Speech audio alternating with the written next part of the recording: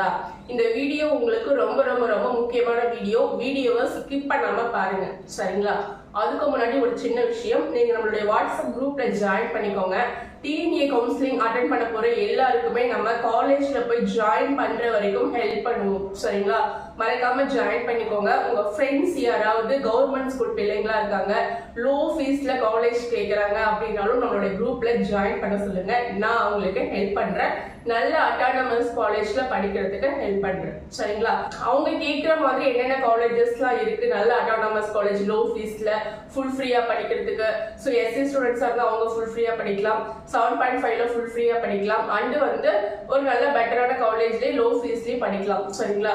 So இந்த மாதிரியான colleges நான் உங்களுக்கு சொல்றேன். நம்மளுடைய வாட்ஸ்அப் குரூப்ல மறக்காம ஜாயின் பண்ணிக்கோங்க சரிங்களா? நீங்க TNEA counselling registration of an ஹவர்ல பண்ணிடலாம் சரிங்களா?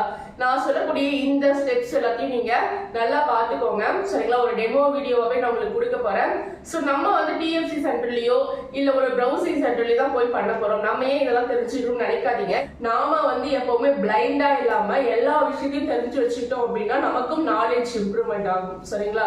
இந்த விஷயத்தெல்லாம் பார்த்து நீங்களே லேப்டாப்லயே கவுன்சிலிங் அப்ளை பண்ணிக்கலாம் சரிங்களா? மேக்ஸிமம் லேப்டாப்பும் இருக்கும், லேப்டாப்லயே நீங்க கவுன்சிலிங் அப்ளை பண்ணிக்கலாம். ஸோ இந்த வீடியோவை நான் உங்களுக்கு கவுன்சிலிங்க்கு எப்படி அப்ளை பண்றதுன்னு ஸ்டெப் பை ஸ்டெப்பா டெமோ வீடியோவாவே காட்ட போறேன். பாருங்க, பொறுமையா பாருங்க.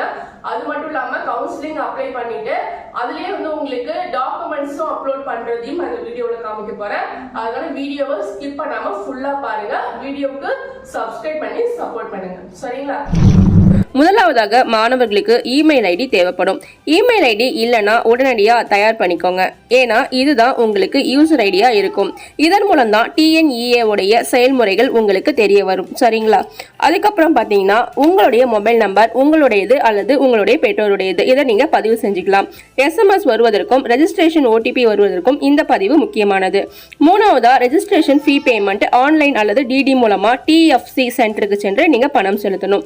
ஓசி, பிசி, பிசிஎம், எம்பிசி அல்லது டிஎன்சி உள்ளவங்க 500 ரூபாய் செலுத்தணும். எஸ்சி, எஸ்சிஏ, எஸ்டி மாணவர்கள் 250 ரூபாய் ரெஜிஸ்ட்ரேஷன் கட்டணமா செலுத்தணும். தேவையான டாக்குமெண்ட்ஸ் மற்றும் சர்டிபிகேட்ஸ் உங்களிடம் தயாரா இருந்துச்சுன்னா ஒரே நாள்ல ரெஜிஸ்ட்ரேஷன் பண்ணிடலாம். எப்படி ரெஜிஸ்ட்ரேஷன் பண்றதுன்னு சொல்லிட்டு இப்போ நம்ம இந்த வீடியோவில் பார்க்கலாம் சரிங்களா? சேனலை ஃபர்ஸ்ட் டைம் பார்க்குறீங்கன்னா சப்ஸ்கிரைப் பண்ணிக்கோங்க. உங்க ஃப்ரெண்ட்ஸுக்கும் இந்த வீடியோவை ஷேர் பண்ணுங்க. உங்க கட் ஆஃப்க்கு எந்த காலேஜ்ல சீட் கிடைக்கும் கவர்மெண்ட் கோட்டாவில் அப்படின்னு நீங்க தெரிஞ்சுக்கணும் அப்படின்னா நம்முடைய வாட்ஸ்அப் குரூப்பில் மறக்காமல் ஜாயின் பண்ணிக்கோங்க. உங்கள் ஃப்ரெண்ட்ஸுக்கும் வாட்ஸ்அப் குரூப் லிங்க்கை ஷேர் பண்ணி விடுங்க. நான் உங்களுக்கு ஹெல்ப் பண்ணுறேன் சரிங்களா? ஏன் இதை சொல்கிறேன்னா, நிறைய மாணவர்கள் அவங்களுடைய மார்க்கை பார்த்ததும் இப்போ 100+லேருந்தே பார்த்தீங்கன்னா நம்ம வந்து கவர்மெண்ட் கோட்டாவில் சீட் வாங்க முடியும் சரிங்களா? ஆனால் அது தெரியாமல் நிறைய மாணவர்கள் மேனேஜ்மெண்ட் கோட்டாவில் லட்சக்கணக்கான டொனேஷன் கொடுத்து ஜாயின் பண்ணி அவங்களுடைய லைஃப்பை வேஸ்ட் பண்ணிப்பாங்க. ஏன்னு பார்த்தீங்கன்னா அவங்க மேனேஜ்மெண்ட் கோட்டாவுக்கு போகும்போது எந்த ஒரு பெனிஃபிட்டுமே கிடைக்காது. அவங்களுக்கு ஃபஸ்ட்டு கிராஜுவேட் சர்டிஃபிகேட்டுக்கான ஸ்காலர்ஷிப் கிடைக்காது, அண்ட் நார்மலாக அவங்களுடைய கம்யூனிட்டிக்கான ஸ்காலர்ஷிப் கிடைக்காது. ஸோ இந்த மாதிரி நிறைய விஷயங்கள் இருக்குது. ஸோ இதெல்லாம் முறையாக பயன்படுத்திக்கணும் அப்படின்னா கவர்மெண்ட் கோட்டாவுக்கு நீங்கள் போகணும். ஸோ அதனால் கவர்மெண்ட் கோட்டாவில் உங்களுடைய மார்க்குக்கு சீட் கிடைக்கக்கூடிய எத்தனையோ காலேஜஸ் இருக்குது. கோயம்புத்தூரில் இருக்குது, சென்னையில் இருக்குது, ஓகேங்களா? நல்ல காலேஜஸ், அட்டானமஸ் காலேஜஸ்மே இருக்குது. அதை பற்றி நீங்கள் தெரிஞ்சுக்கணும்னா என்னுடைய நம்பருக்கு கால் பண்ணுங்கள். அது உங்களுடைய நண்பர்களுக்கும் தயவுசெய்து ஷேர் பண்ணுங்கள். ஏன்னா அவங்களும் வந்து கைடன்ஸ் இல்லாமல் இருப்பாங்க இல்லையா? ஸோ அவங்களுக்கும் இதை நீங்கள் புரிய வைங்க. மேலும் உங்களுக்கு ஏதாவது டவுட்னா எனக்கு கமெண்ட் பாக்ஸில் தெரிவிங்க, நான் வந்து உங்களுக்கு ஆன்சர் பண்ணுறேன் சரிங்களா? இப்போ நம்ம டிஎன்இஏவில் ரெஜிஸ்ட்ரேஷன் எப்படி பண்ணுறதுன்னு பார்க்கலாம். ஃபுல்லாக வீடியோவை ஸ்கிப் பண்ணாமல் பார்த்து தெரிஞ்சுக்கோங்க. ப்ரௌசரில் tneaonline.org என்ற வெப்சைட்டிற்கு சென்றால் இந்த ஸ்க்ரீன் ஓப்பன் ஆகும். தாங்கள் ஒரு புது யூசராக இருப்பதால் click here for new registration என்ற பட்டனை கிளிக் செய்ய வேண்டும். அது தங்களை நியூ ரெஜிஸ்ட்ரேஷன் ஃபார்மிற்கு எடுத்து செல்லும். முதலாவதாக விண்ணப்பதாரரின் பெயர். தங்களுடைய பெயர் 10th அல்லது 12th மார்க் ஷீட்டில் உள்ளபடியே பொருந்த வேண்டும். அடுத்ததாக தங்களுடைய கைபேசி எண்ணை நிரப்பவும். பிறகு இமெயில் ஐடி. மாணவருடைய இமெயில் ஐடியாக இருப்பது நல்லது. அடுத்து மாணவருடைய பிறந்த தேதியை நிரப்ப வேண்டும்.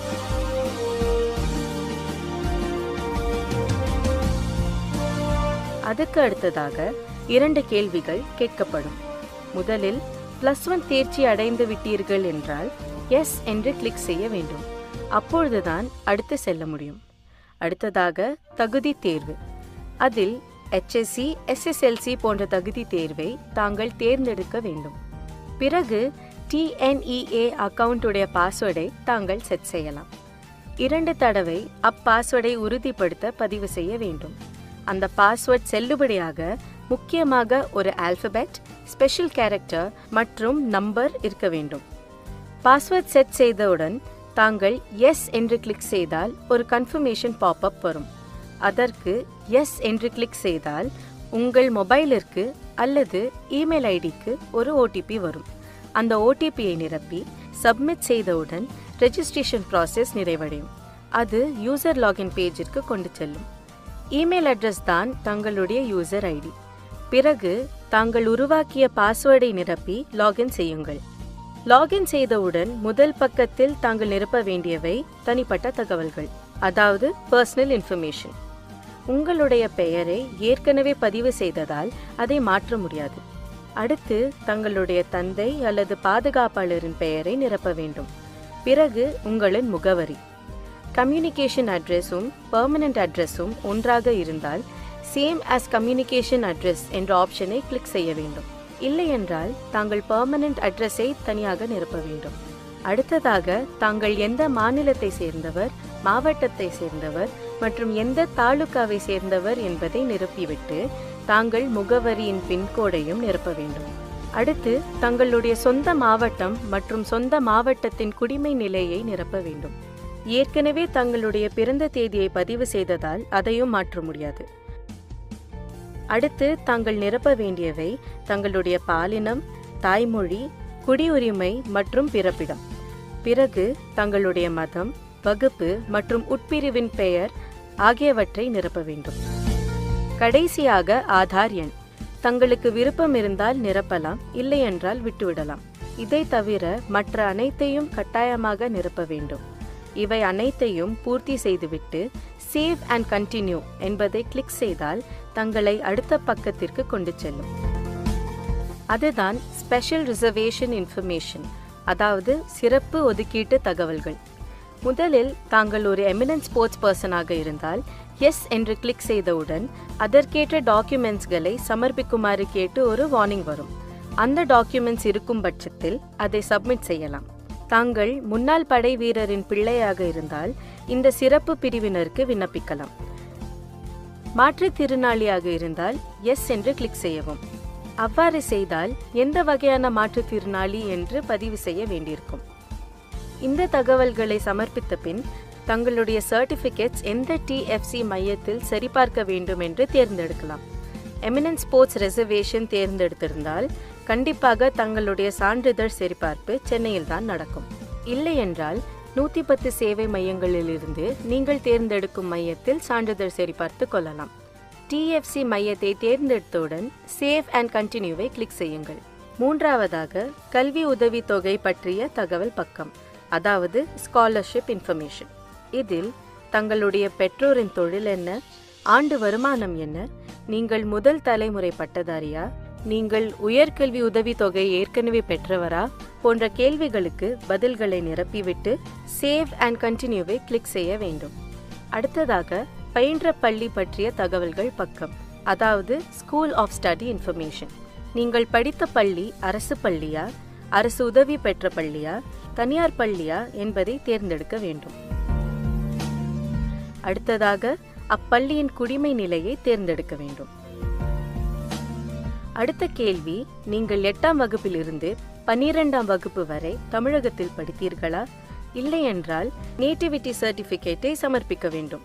கல்வி உரிமை சட்டத்தின் கீழ் தனியார் பள்ளியில் 6ஆம் வகுப்பு முதல் 8வது வகுப்பு வரை படித்தீர்களா என்ற கேள்விக்கு எஸ் அல்லது நோ என்ற பதிலை தேர்ந்தெடுக்க வேண்டும்.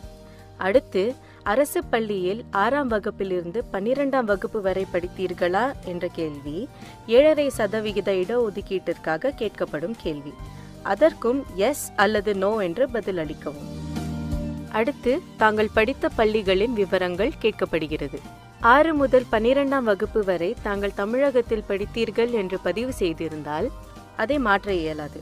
எந்த மாநிலத்தில், மாவட்டத்தில் மற்றும் மண்டலத்தில் படித்தீர்கள் என்ற விவரங்களை ஒவ்வொரு ஆண்டு விகிதமாக நிரப்பவும். ஒருவேளை 6 முதல் 12ஆம் வகுப்பு வரை ஒரே பள்ளியில்தான் படித்தீர்கள் என்றால் நேம் ஆஃப் த ஸ்கூலுக்கு அருகில் உள்ள செக் பாக்ஸில் apply 6 standard school name to all என்று கிளிக் செய்தால் முதல் வரிசையிலிருந்து மற்ற வரிசைகளுக்கும் தானாகவே அதே விவரங்கள் நிரம்பிவிடும். ஒருவேளை வெவ்வேறு பள்ளிகளில் படித்திருந்தீர்கள் என்றால் தனித்தனியாக விவரங்களை நிரப்ப வேண்டும். எல்லா விவரங்களும் ஒரு முறை சரிபார்த்துவிட்டு சேவ் அண்ட் கண்டினியூவை கிளிக் செய்யுங்கள். அடுத்த பக்கம் கல்விசார் தகவல், அதாவது அகாடமிக் இன்ஃபர்மேஷன். இங்கே நீங்கள் படித்த கல்வியை குறித்த கேள்விகள் இருக்கும். முதலாவதாக உங்களுடைய தகுதி தேர்வு, HSC, SSLC போன்றவைகளிலிருந்து நீங்கள் தேர்ச்சி பெற்ற தேர்வை தேர்ந்தெடுக்க வேண்டும். இரண்டாவதாக உங்களுடைய தேர்வு வாரியம். HSC ஆக இருந்தால் தங்களுடைய சான்றிதழில் உள்ள பெர்மனன்ட் ரெஜிஸ்டர் எண்ணை நீங்கள் பதிவு செய்யலாம். அது தங்களுக்கு தெரியவில்லை என்றால் விட்டுவிடலாம். அடுத்ததாக HSC ரோல் நம்பரை நீங்கள் பதிவு செய்ய வேண்டும். பிறகு தேர்ச்சி பெற்ற ஆண்டு. கடந்த ஆண்டுகளில் தேர்ச்சி பெற்றிருந்தால் உங்களுடைய மதிப்பெண்களை நீங்கள் நிரப்ப வேண்டி வரும். HSCயில் அகாடமிக் அல்லது வொகேஷனல் கோர்ஸுகளில் இருந்து எந்த கோர்ஸை தேர்ந்தெடுத்தீர்கள் என்று பதிவு செய்ய வேண்டும். அடுத்ததாக எந்த குரூப் எடுத்தீர்கள் என்றும் பதிவு செய்ய வேண்டும். பிறகு தங்களுடைய கல்வி பயிற்று மொழியை தேர்ந்தெடுக்க வேண்டும். அடுத்து தங்களுடைய +2 தேர்வின் மொத்த மதிப்பெண்ணை பதிவு செய்ய வேண்டும். பிறகு தங்களுடைய 10ஆம் வகுப்பின் மொத்த மதிப்பெண் மற்றும் தனிப்பட்ட மதிப்பெண்ணையும் பதிவு செய்ய வேண்டும். அடுத்ததாக நீட் மற்றும் JEE போன்ற தேர்வுகளுக்கு விண்ணப்பித்தீர்களா என்ற கேள்விக்கு எஸ் அல்லது நோ என்ற பதிலை கிளிக் செய்ய வேண்டும். இதற்கடுத்து தங்களுடைய EMIS நம்பர், அதாவது கல்வி மேலாண்மை தகவல் மையம் எண் என்று எல்லா மாணவர்களுக்கும் கொடுக்கப்பட்ட எண்ணை பதிவு செய்ய வேண்டும். அதை வைத்து தங்களுடைய பள்ளியின் குறிப்புகளை கண்டுபிடிக்க முடியும். அத்துடன் சாதி சான்றிதழின் எண்ணையும் கொடுக்க வேண்டும். பூர்வீக சான்றிதழ் கொடுத்திருந்தால் அதன் எண்ணையும் கொடுக்கலாம். அனைத்தையும் பூர்த்தி செய்தவுடன் சேவ் அண்ட் கண்டினியூ கிளிக் செய்து personal information, special reservation information, scholarship information, school of study information மற்றும் அகாடமிக் இன்ஃபர்மேஷன் பக்கங்களின் பிரிவியூவை பார்க்கலாம். ஒருவேளை ஏதாவது விவரம் தவறாக கொடுத்திருந்தால் பேக் பட்டனை கிளிக் செய்து அந்த விவரத்தை மாற்றிக்கொள்ளலாம். எல்லாம் சரியாக இருந்து தங்களுக்கு ஆன்லைனில் கட்டணம் செலுத்த வேண்டுமென்றால் கீழே கண்டினியூ டு பே என்ற பட்டனை கிளிக் செய்யுங்கள். அல்லது தங்களுக்கு DD எடுத்து கட்டணம் செலுத்த வேண்டுமென்றால் பிரிவியூ நிலையிலேயே TFC மையத்திற்கு கொண்டு சென்று கட்டலாம். கண்டினியூ டு பே பட்டனை கிளிக் செய்தால் தங்களின் பேமெண்ட் கேட்வேயை தேர்ந்தெடுக்க வேண்டும். இங்கே 4 வங்கிகளின் கேட்வே இருக்கிறது. இந்த கேட்வேயில் இல்லாத வங்கிகளில் இருந்தும் ரெஜிஸ்ட்ரேஷன் ஃபீ UPI மூலமாகவோ, நெட் பேங்கிங் மூலமாகவோ, கிரெடிட் கார்டு மற்றும் டெபிட் கார்டு மூலமாகவோ கட்டலாம். பேமெண்ட் கேட்வேயை தேர்ந்தெடுத்த பின் பே என்ற ஆப்ஷனை கிளிக் செய்தவுடன் அந்த வங்கியின் வலைத்தளத்திற்கு தங்களை கொண்டு செல்லும். அதில் கேட்கப்படும் விவரங்களை பூர்த்தி செய்து தங்களுடைய அக்கவுண்ட் விவரங்களை நிரப்பி கட்டணம் செலுத்திவிட்டால் பேமெண்ட் சக்சஸ்ஃபுல் என்ற பக்கம் வரும். அங்கே ஜென்ரேட் ரிப்போர்ட் என்ற பேஜில் டவுன்லோட் நவ் என்ற லிங்கை கிளிக் செய்தால் உங்களுடைய அப்ளிகேஷன் டவுன்லோட் ஆகிவிடும். கட்டணம் செலுத்திய பின் தங்களுடைய எந்த விவரங்களையும் மாற்ற முடியாது. அதனால் முன்னதாகவே சரிபார்த்து கொள்ளுங்கள். டவுன்லோட் செய்த உங்களுடைய அப்ளிகேஷனில் பெற்றோரும் மாணவரும் கையெழுத்திட வேண்டும்.